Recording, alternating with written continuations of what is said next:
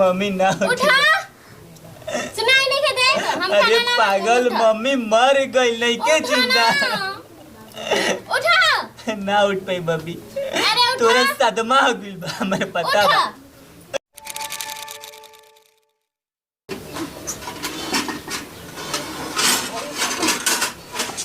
कुछ नहीं कि खाए के लेना करी समझ में नहीं क्या तो आई तो खाना मंगबे करी वो खाई ले आई है से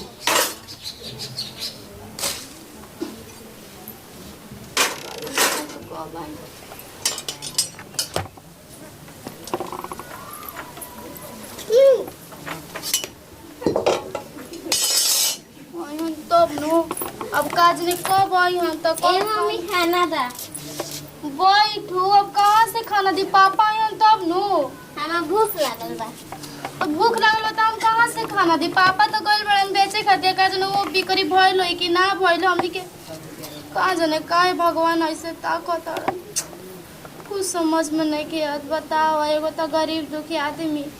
ऊपर से कुछ बाटे न खाए के ए बुझिए जाए दे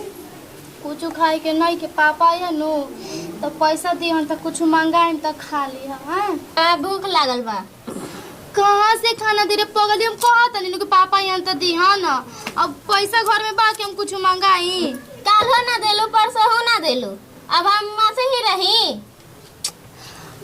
तो हम का करे रे पगली पागल है माई बाबू के हाथ में परेशान कइल जाला तो हम वहाँ से ही रही खाली पानी पिया के सुता देता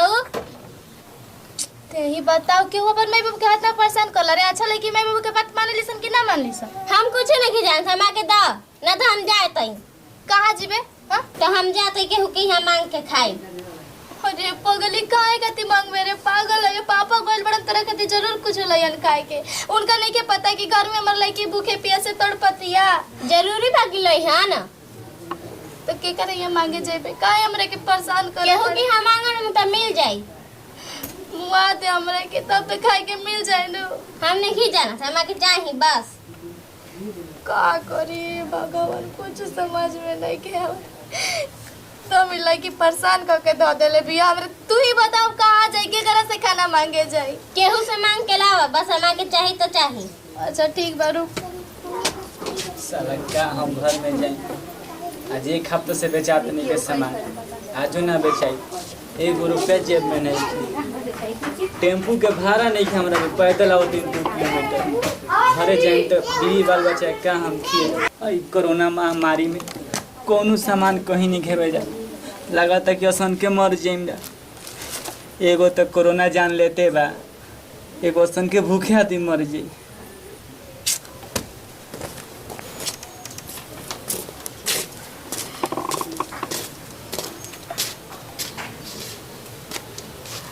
का भइल छी का मुंह उदास करे बनी कुछ लाइल बनी खाए के भूखाइल भी लड़की का कहीं तारा से कहलो नहीं खींचा आज एक हफ्ते से दुकानदारी नहीं चलत पूरा गांव घूम के बेचते हैं सामान कोई नहीं के खरीद पावत सब कोई खरीद रहा था कोरोना बा आज वो कुछ ना बेचाई पैदल लेके आवत नहीं हमें भूख लगल खाना दो जा अरे बेटी हम नहीं जाना तो हमें चाहिए बेटी आज पानी पे के सूझ जा बबी हम कल परसों से ही सुननी अब ना हम सुना बेटी कहाँ से अब खाए इंतजाम करी रे एक हफ्ता तो हो गई दुकान चलत नहीं क्या हम ना करी नतिया क्वेश्चन कोरोना आइल बनू दादा कि सब गरीब के जियल मुश्किल हो गइल बा काय विधाता कैसन भइल तू दुनिया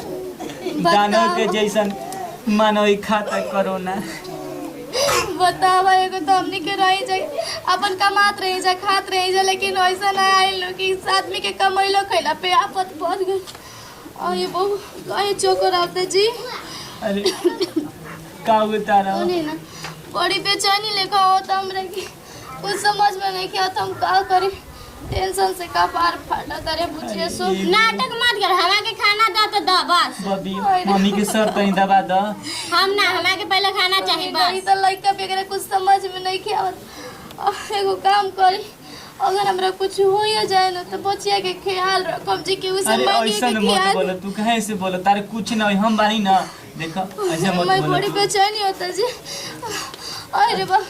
बचिया के ख्याल रख अरे का हो गई ऐसे मत बोलो तू ऐसे सुनी ना पूछिए के ख्याल रखो। अरे ऐसे मत बोलो अरे तार बबी कुछ हमरे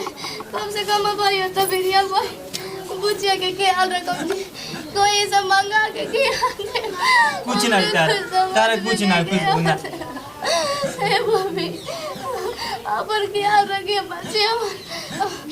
कुछ ना तारा कुछ ना खुशबू ए खुशबू ए खुशबू अरे खुशबू बोल ना हे बबी अरे मम्मी बोलत नहीं करे ए खुशबू बोल ना रे अरे बोल अब नाटक पहले में खाली मम्मी नाटक नहीं की करत रही आओ ना हवा के खाना जाए खाली अपने घर हम लेके जा नहीं है देख तोर खाली नाटक पहले रहत जा विश्वास नहीं होते मरल बाड़े अरे मम्मी मर गेली बे बबी हां तू हो नाटक मत कर अरे बबी हम नाटक नहीं करत बबी देख ले तो सामने मम्मी मर गई आज एक खाता से तबीयत खराब रे मम्मी पैसा भी न दवाई न करे अब कैसा बबी मम्मी नहीं के दुनिया में अब विश्वास कर बबी मम्मी ना उठा सुनाई नहीं दे हम अरे पागल मम्मी मर गई नहीं के जिंदा उठा ना उठ गई मम्मी अरे तोरे उठा सदमा हमें पता उठा हम फिर चल जाए मुझे ना ते मम्मी के परेशान करत रहीस ना हम ना कर रहे हम खाली खाना मांग रहे बस चल मम्मी देखे चलो उठा ना उठ पाई मम्मी ना उठ पाई हम ना खाना मांगा उठा ना तू जाई करो तो उठा ना चुप रह मम्मी मत रह मत रह।